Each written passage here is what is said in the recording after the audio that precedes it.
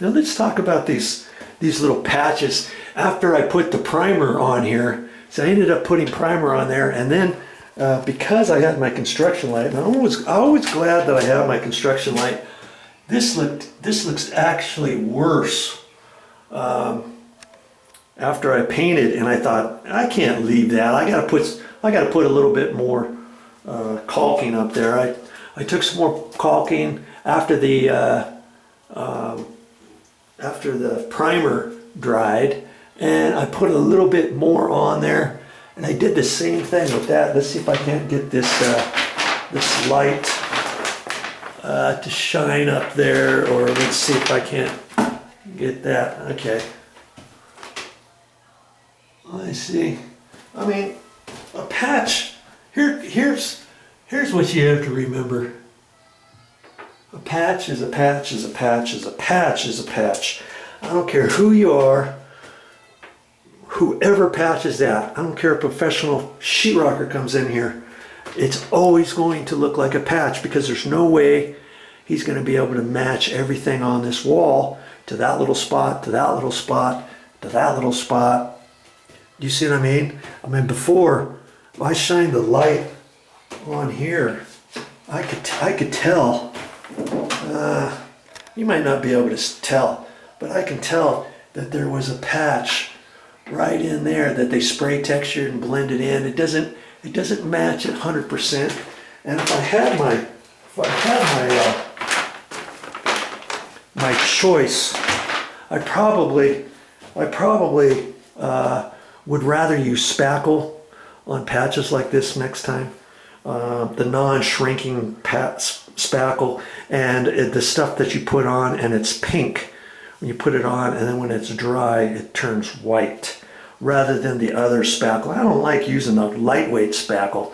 Lots of times it doesn't want to stick, and then the paint sometimes doesn't, it might look, that lightweight spackle that you put on there is non-shrinking lightweight spackle.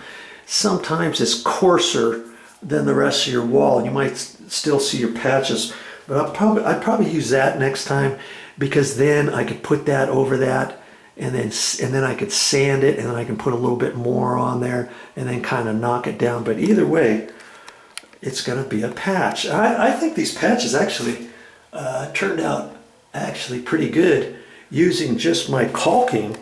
What did I end up using for that? I used Alex. I use this caulking right here. Here.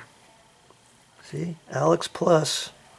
And it's the 40-year all-purpose acrylic latex silicone caulking. And I'm using white. I use white on that. The thing when you're using caulking, you have to remember, once you put on a little bit and flatten it down, walk away thinking, oh yeah, that's fine, I'll just leave it like that.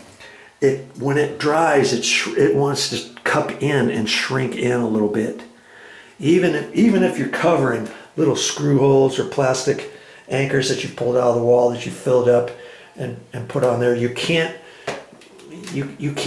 think, oh, I'll just leave it bulged up just a little bit so when it shrinks it's going to be perfect. It still seems to cup in, and so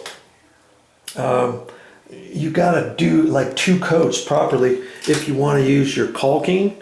And then when that dries, then you dab a little bit on there, boom, boom, boom, boom, boom, boom, and then you take your putty knife and kind of knock it down, and then look at it after it's dry with a construction light and see, are you going to be able to live with that? And the last little bit of caulking that I put up there, I could see there was a couple high spots, so I scraped that off. And then because I had the light on here, I knew a little bit about where to put a little bit more and kind of knock it down. Because see, let's just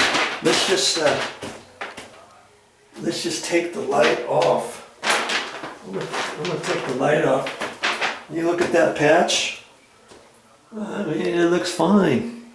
It looks fine, but when you turn the light on it, you'll be surprised that sometimes you think a patch looks okay, and then you put a construction light on it, and you think, I can't leave that patch like that. I got to work on it a little bit more. So just work on it a little bit more. But, you know, if somebody wanted to really fix this wall once and for all, let's say you're doing a major remodel and you want to fix everything. Well, a sheetrocker would come in here, he'd float out this entire wall. Boom. Float out the whole thing, skim it out, sand it, tight skim it, and get it nice and perfectly baby smooth. Sand it again, and then if you wanted any type of spray texture, you could spray it on there and everything would match up. Or if you wanted to, you could skim out all the walls, you could skim out the ceilings, sand everything, and leave everything smooth wall finish. I mean, I've done that before too. I've seen walls like that, and they look really good. Then if you ever need to patch a wall like that, it's real simple, because once you get it smooth and sanded and stuff and blended in, you don't have to match whatever spray texture's on the wall, let's say. Okay. Now, no matter, you know, when I get all done with this, I'm gonna still see the patch, but it's not gonna look as bad as it did before I started. Okay. Now, how else could you cover that? If your patch looks really nasty above your toilet, well, you can get one of those little cabinets, and that's what they had there before. Okay, you can put a cabinet there, screw it back on the wall. Or if not, you can find a picture. You know, there's a mirror that fits right here. You can get a rectangular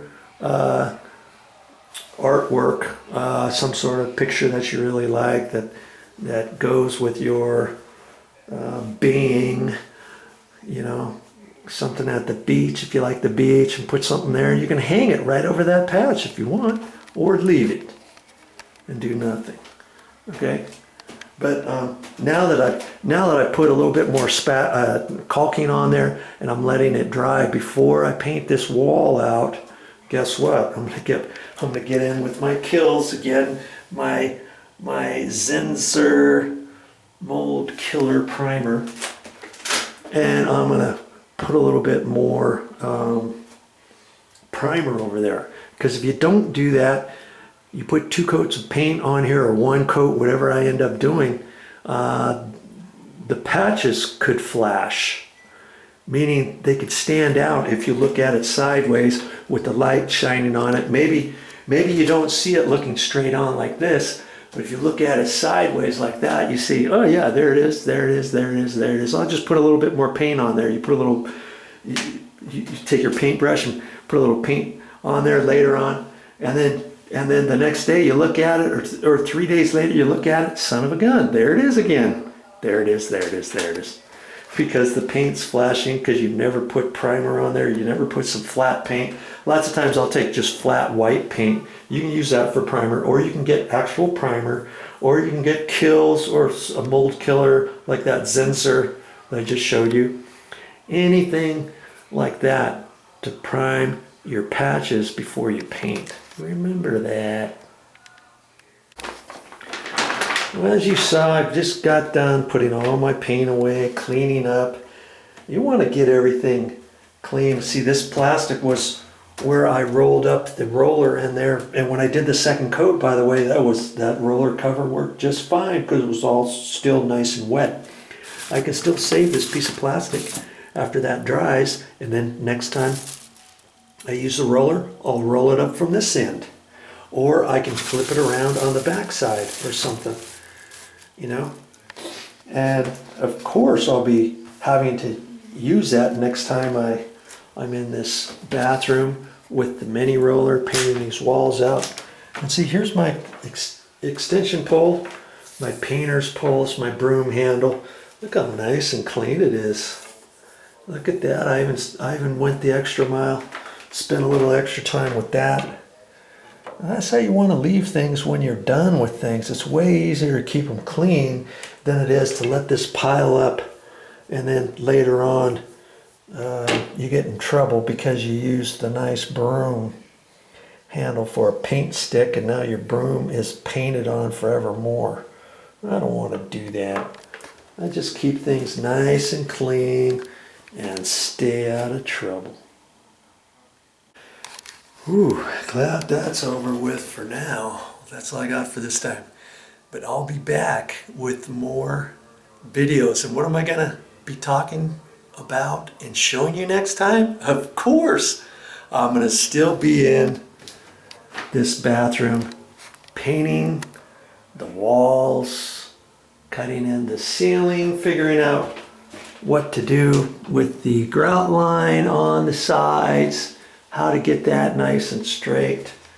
What else am I going to be doing in here? I've got to paint the door jamb from here over to about there, and I'll explain all that next time